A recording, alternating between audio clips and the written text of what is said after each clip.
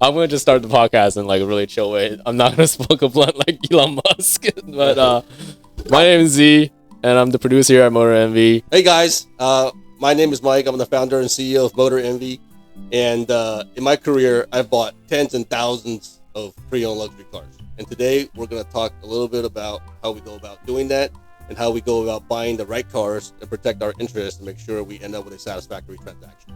So one the first thing I wanted to get into today is, now that we're almost in 2025, what are the most reliable luxury cars that are out there as brands wise?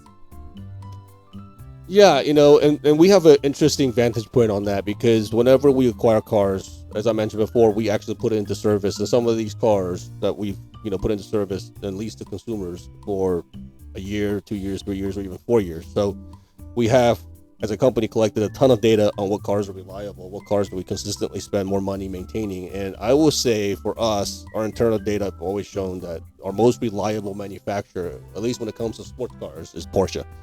In terms of the amount of maintenance that goes into a Porsche for the miles driven, it has for us been the consistent winner. Aside from that, I've gotta say, what are probably the brand that gave us the most challenge as far as least reliable luxury car? I'll start out by saying these cars are great cars. They're great experiences for consumers. But the downside is that they're going to cost a little bit more to run and to maintain, and they will have unpredictable sort of stops at the dealer.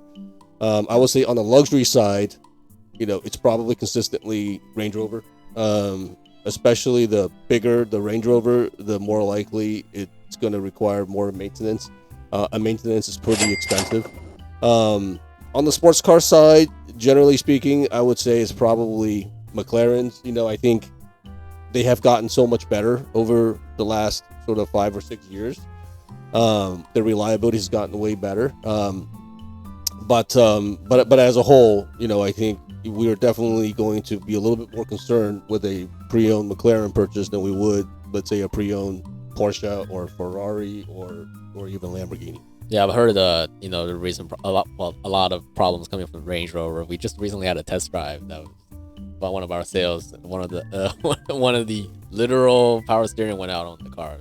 You just never expect it along the way. No, we never have to deal with stuff like that when it comes to, let's say, a Porsche. Things like that. But yeah, that power steering issue on that Range Rover has only got like 20,000 miles. Yeah, so. But at the end of the day, I still love the Range Rover styling. It's luxury. It's gives us a good menacing look, and then there's people out there who wants like a G-Wagon and stuff like that. But this is like the alternative, also luxury option for a luxury SUV if you are searching for one out there at this moment. No, absolutely. They're great cars. They're super comfortable. They drive well. They got great tech.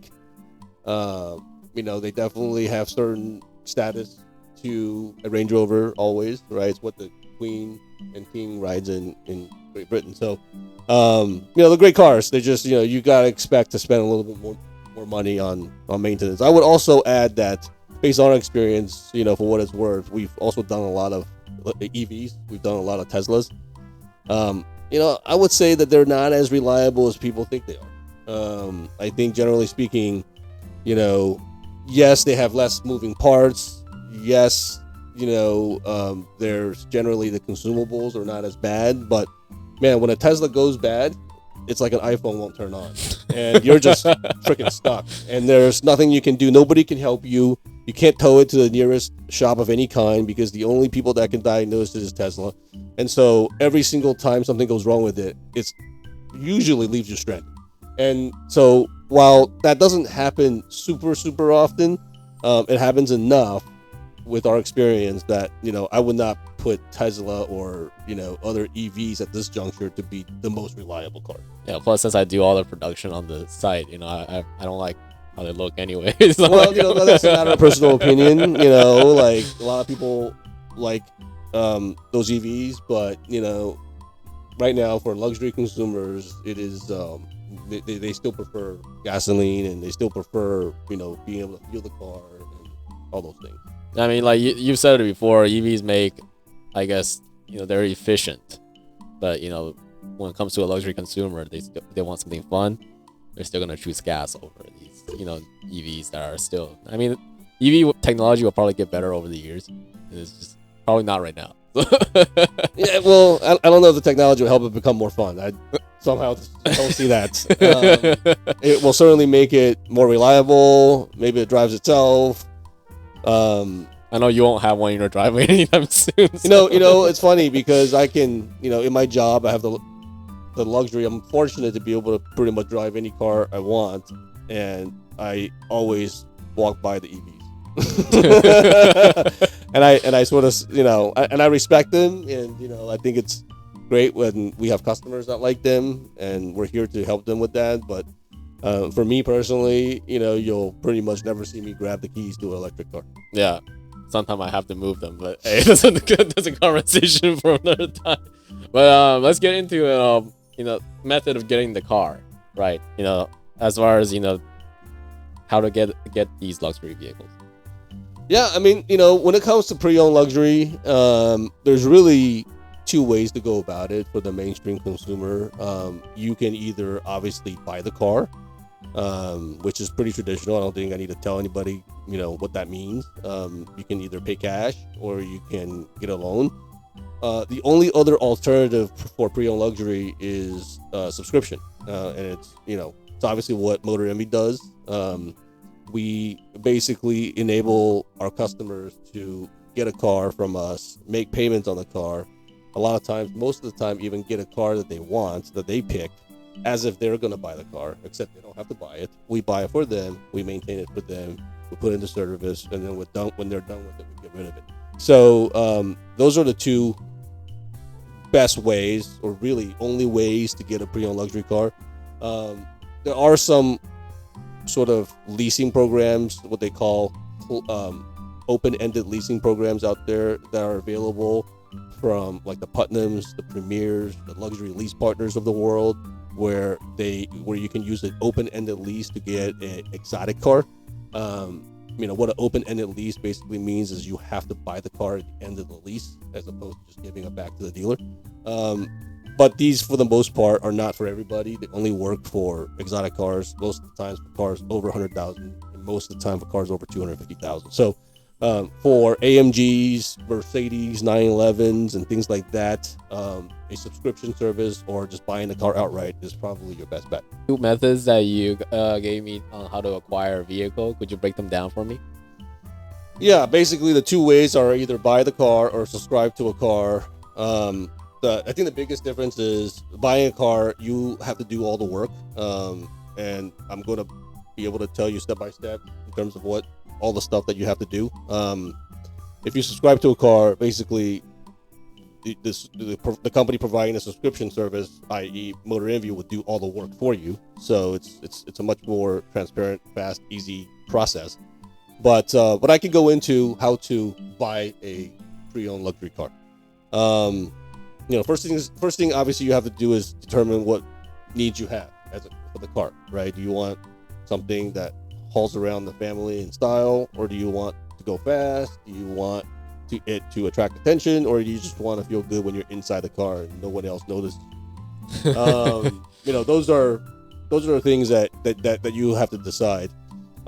You have to also decide, once you kind of like figure out what kind of car you're gonna get, you also have to decide, are you trying to sort of buy the car and you're trying to buy the best car that you can possibly find, given the brand and the trim and the make, model, what have you, or are you gonna try to spend the least amount of money, right, and try to buy the car at its most optimal time?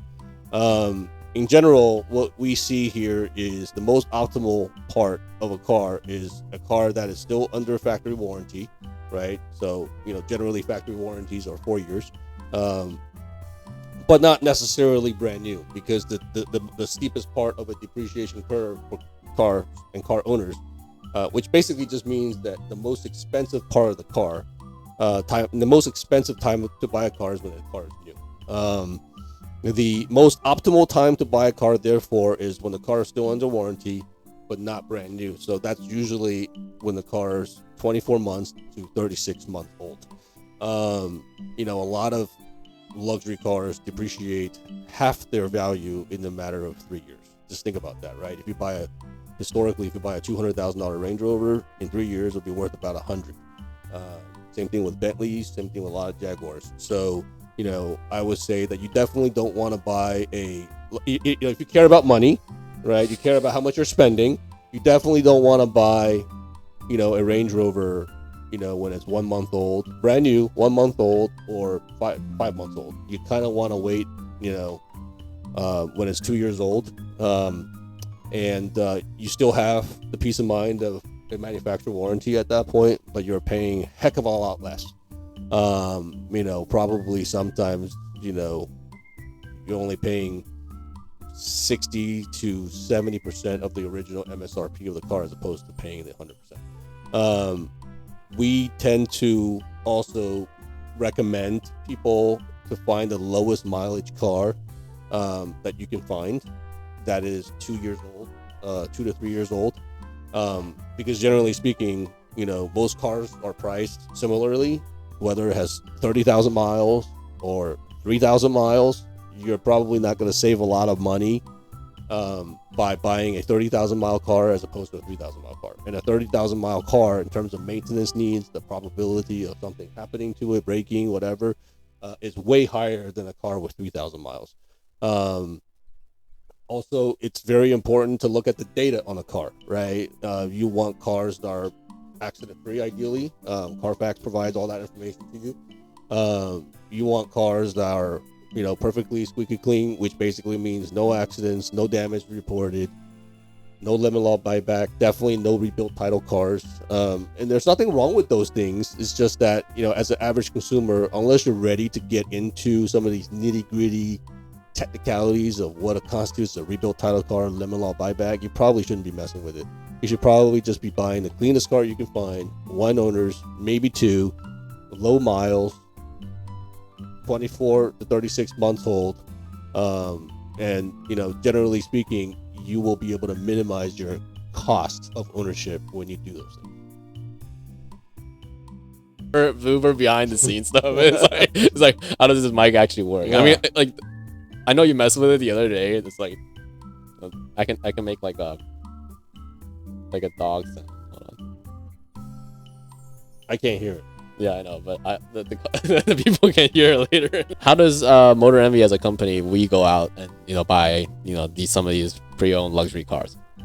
Yeah, I mean, this is like a very important part of our business, to buy cars properly, to source the right product for our clients, and to make sure we reduce our cost of ownership, which brings value for the customer, and also reduce our maintenance expenses. So the buying part is absolutely what we focus on. Generally, so first of all, it starts with, we built a lot of technologies in-house that help us source these cars, to find the cars that we're looking for. And then we have a team of professional car buyers who really travel the country buying the best cars. That being said, there are still some things that I can share with our audience, so that they can maybe take some of these tips, and when they go buy a car, they follow these steps. First of all, we try to find the cars that with the most unique colors, options. We try to find very attractive cars. And in the luxury car game, the various options, the color combinations matter a ton, right? Not only does it give us more pleasure out of driving these cars that are amazing, it also increases our resale value, and which will limit our total cost out of pocket down the road. Yeah, we have that one Aero Kit one that we have in stock right now. That's like the Porsche's way more than me, but just that trim specifically, is it like a really rare, like people are looking for type? Yeah, I mean, it's it looks like a GT3, but it's not, and it's the cost of a base Carrera, so there's a lot of value there. When it comes to Porsches, Sport Chrono is important, Sport Exhaust is important, but colors are important too, right? Like a silver car will always be a little challenging for a luxury car, but louder colors like in Porsche world, Miami blue, shark blue, yellow does well. Right now we have an orange Corvette C8. It's like we try to find interesting colors. But in any event, it starts with the right product selection, and then of course, if you're going to buy it from a dealer versus buying it from an individual. I think if you buy it from an individual, it pays a lot of dividends to get to know that person. Is this a person that seems to be responsible? Are they, what are they doing with the car? Are they sort of modding it or tuning it? Are they taking it to the racetrack, or are they sort of just consuming it, once every couple of weeks? Sometimes they have 5 or 6 cars, and this is just something that's a passion of theirs, and they drive it every once in a while. I mean, obviously, we're looking for cars that have the least amount of wear and tear. We're looking for people that are obsessive about their cars. We want to buy cars from people that love their cars like their family, because they probably did all the maintenance. They probably done all the right things to prolong the life of the car. So that's very important to get a history of that. And then finally, I think we need to cut there. Let me think. What else is the? I was gonna say. I mean, would you say that it's like, is it like more risky to buy from a private dealer? We find it to be way riskier to buy from dealers than from individuals. It's ironic because we are a dealer. And so, of course, we have dealers that we trust, that we do business with, and they're great people, and we love them. And we've done years of business with each other. We can transact millions of dollars without, in cars without thinking twice. But generally speaking, we don't like to do business with new dealers. We find that individuals in the luxury car segment, individuals are generally more reputable. A lot of these people that own these luxury cars, they're doctors, they're lawyers, they're business owners. They don't have time to mess around. They have, these are people that accomplish things in their careers, and they're probably not out to scam you. And if and if they are, they're probably not that great at it. We can probably spot it from a mile away. But a lot of dealers, unfortunately, are professionals at, not doing the right thing, right? And, sometimes those dealers sort of give all of us a bad name. But for all intents and purposes, I'm way more afraid of doing business with dealers than I am with individuals. Yeah, because I think we had that one shop whose name I forgot, that was in the same complex as us, sold a car to a gentleman in Hawaii, and just I think it was like $246,000, and just never sent the vehicle out. And now it's like hurting the business for a lot of luxury car sector dealers. Yeah, I mean, that happens all the time. These guys, they sell cars, they don't have titles, they're hiding stuff, because at the end of the day, they're pros, right? And sometimes you can take that professionalism and create value out of it by taking care of your customers, or you can take that professionalism and do bad things with it, and like scamming people, because it's hard for them to, because they're really good at it, and it's easy for them to cover their tracks, and it's hard for them to get sort of exposed. That's why we tend to not like to buy cars from those people, from professionals, right? Because we just have a lot more chances of sort of getting stumped on something than just the end consumer who just wants to sell it. Yeah, I think what Mike is saying is like, I think it's better, since when they're not a dealer, you're building like a more intimate connection, I believe. Well, you can do that. You can build a more intimate connection. I mean, ultimately, it's a business transaction. We like to buy from our consumers because they can end up becoming a lifelong customer of ours. We have people, whether they sell us their cars and then they keep calling us back for years to buy their cars, or sometimes they'll buy cars from us, or at some point, sometimes they start saying, okay, why am I buying these cars? Let me just go and subscribe them with Motor Envy. So we have the opportunity to do the other side of the transaction when we buy from private. Of course, we have the opportunity to sell dealer cars as well. But look, we're in business. We're a retailer. We're in business to service retail consumers. We're not in the business to service dealers. Dealers are important part of our business, but that's not why we're in business, right? So so we rather do business with retailers whenever the opportunity arises. There's a lot of good cars out there, and there's definitely a lot of bad cars out there. So how do a consumer like our audience protect themselves from buying the wrong car? Yeah, so as I mentioned before, it starts with the interview of the seller. They potentially know a lot more about the car than you at this point. In fact, they should know more about their car than you. Once that passes the smell test, if you will, then the next thing is for you to kind of lay your own hands on the car. If you're buying from a reputable dealer, a lot of people don't come and look at it, which is fine. But you really got to find a reputable dealer. If you buy it from a consumer, there's probably more work that you have to do. You have to travel there. You have to go take a look at the car. Unless you're mechanically inclined, you should probably have it inspected by a reputable shop, which is what the industry call a PPI, or pre-purchase inspection. If you're mechanically inclined, at least go take it for a test drive. Take a look at the car. Make sure there's no red flags. There's no telling signs this car was abused or not taken care of. Like when we look at Porsches, for instance, whenever we see things like track tires or roll bar or racing harnesses, that will make us want to dig a little deeper, right? Just to make sure. It's not that there's anything wrong with those type of cars. It's just that we're going to be more careful. We're seeing signs that we need to take a closer look. So putting hands on the car, driving the car is super important, especially if you don't do this for a living and it's a one-off. You want to be as careful as possible. As far as like pre-purchase inspections, personally, I have never even done a pre-purchase because I'm a more mechanically inclined than most people, but that's like JDM sector.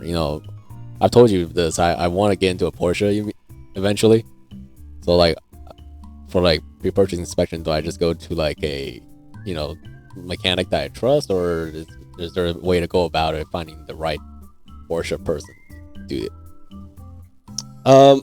I would make sure you find somebody that has domain expertise in the car that you're looking to inspect. So like, I know a lot of people in the past hire sort of these generic companies. There's one out there called Lemon Squad, for instance. Nothing wrong with their service. I think they're very much generalist. But, you're going to get what you pay for. You're going to get a generalist diagnostic. When it comes to general cars like a Chevrolet Equinox, probably okay. But if you got a Ferrari 488, you kind of want to make sure you get a technician or somebody knowledgeable about Ferraris. Yeah, that's what I'm saying. Because it's like I can look at like my A6. I can tell you. I can close my eyes and tell you what's wrong with it. It's like Porsche. I'm not exposed to it, so it's just finding the right person who knows like the mechanical knowledge for it. It's very hard, I guess. Well, just I would just search for somebody with some sort of Porsche experience, Porsche background. I wouldn't, I wouldn't put a lot of emphasis on a PPI that was done by someone who is familiar with Fords, really familiar with Fords, and then but you're getting them to do a PPI on a pre-owned Porsche. I guess for me and the audience is find someone who is not a generalist when it comes to buying specific vehicles, such as like a pre-owned luxury car. Yeah, I mean, look, if you guys want to give us a call, we'll be happy to help you. Get an opinion on a car, even if you're not buying a car from us. Because we know that in the long term, maybe you'll consider us in the future. So we're our salespeople, and this is the way we operate as a company. We're happy to do those things and just give you some free advice if that helps you. We can pretty much tell a car is good or not good just by taking 30 seconds. So once the car checks out and you've inspected it in person, maybe taken it for a test drive, then it's time to pay. And the only thing that I will suggest you do is just get some sort of validation the person has the title and is the rightful owner of the car. Our internal process, we make sure that a title, we see a copy of the title, and that the person that's name is on the title is going to be present to sell the car. So this is a very important step. Do not skip this step, or do not shortcut this step. It can bite you. Do not skip this step. Do not skip this. it could bite you hard. But just in closing, I mean, obviously buying a car is, there's a lot of different things to look out for to make sure that you're on the right side of the transaction. When you join our service as a subscriber, we basically do all that for you. So you can't possibly end up with a wrong car, bad car. You don't have to go anywhere to look at anything. You don't have to do any PPIs, and you don't have to worry about title, anything of that nature. You just, everything is handled. But certainly both ways are very, very viable ways of getting your next luxury car. Well, thank you to everyone that made it to this part of the video. We're going to be wrapping up today, so I'm going to pass on the mic. Thank you guys for listening to our podcast. And I think we're excited because this is going to be something that we're going to continue to do. Hopefully you guys find value in that. We're going to share our intimate collection of car knowledge that we've obtained over the years. I think some of the possible topics for our next one is probably going to be, hey, I'm stuck in a lease that I don't want to be in. How do I get out of it?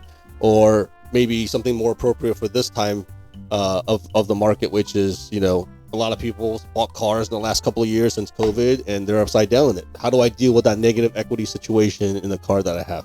So we may have some tips on how to help you guys out with that. So, comment below on what you'd like to see, and then hopefully we can try to answer all of that in the future episode. And what do they say? Like, subscribe, comment, follow. Thank you so much. Have a good day.